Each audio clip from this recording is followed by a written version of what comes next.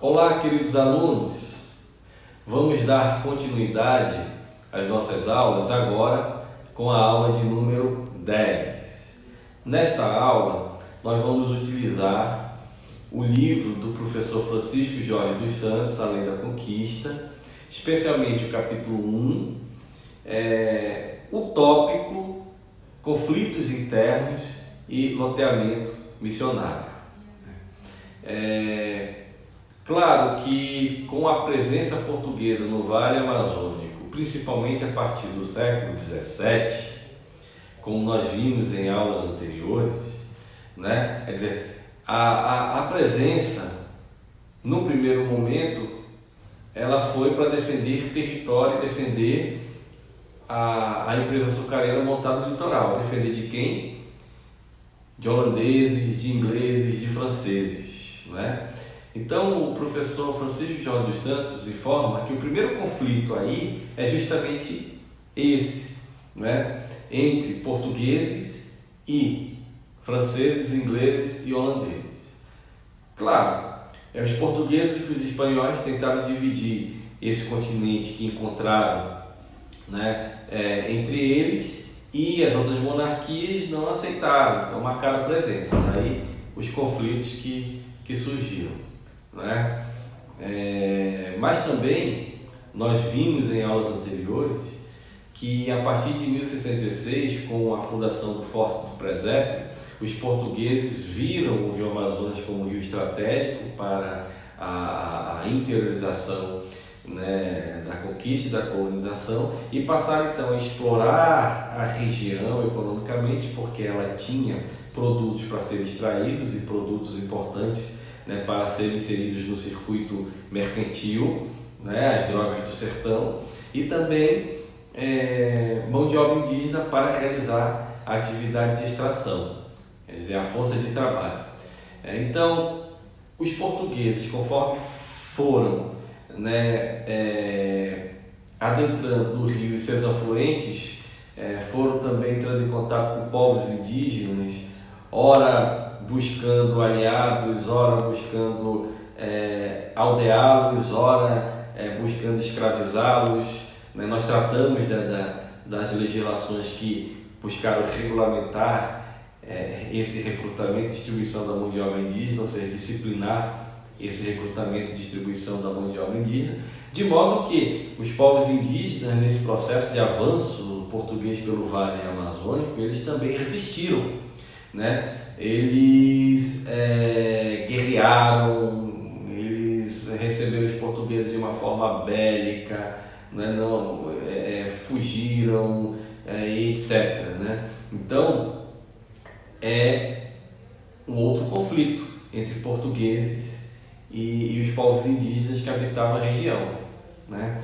Mas também, verticalizando, nós vamos ter outros conflitos muito mais internos, né, entre os portugueses, né, conflitos, digamos assim, intracolonial, né, porque nós vamos ter, por exemplo, colonos leigos versus colonos missionários. Nós vimos também alguma coisa nesse sentido em aulas anteriores, né, que vão se resumir da seguinte forma: moradores versus missionários, missionários versus autoridades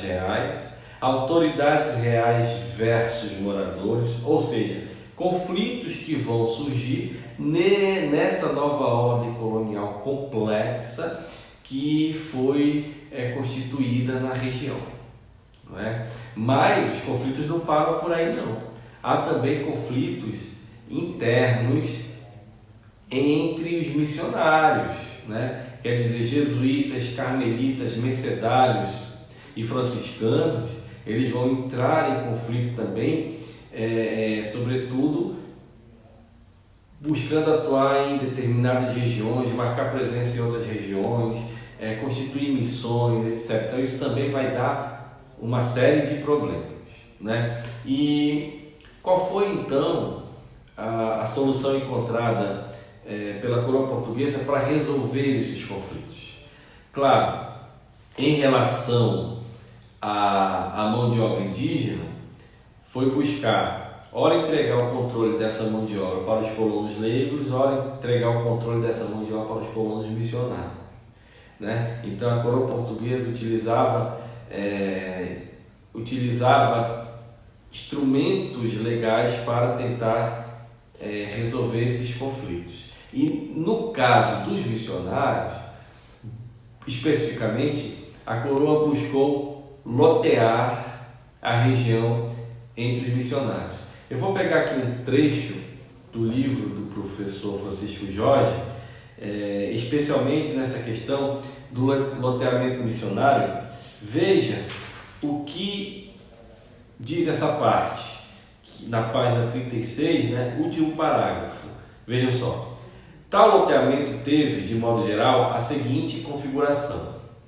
Os capuchos, franciscanos da província de Santo Antônio, inicialmente atuavam em 7 núcleos, entre a boca do Amazonas e o Nhamundá.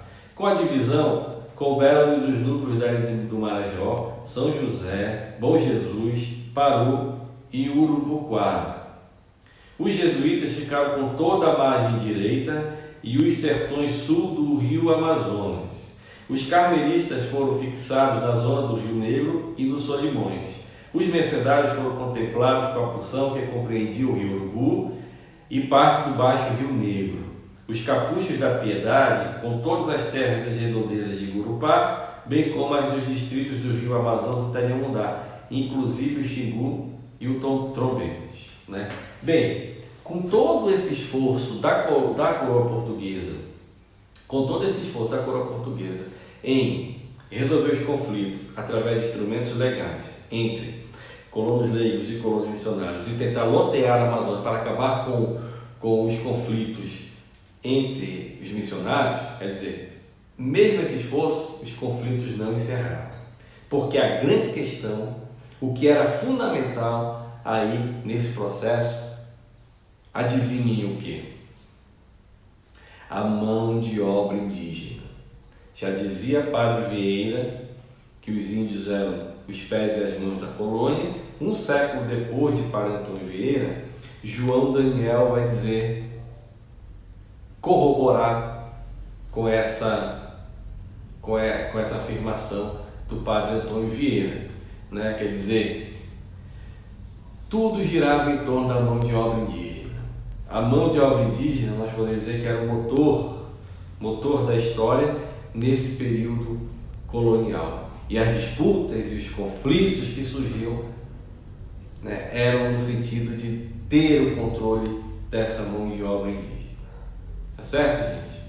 Então, essa foi a aula de hoje, conflitos internos e loteamento missionário.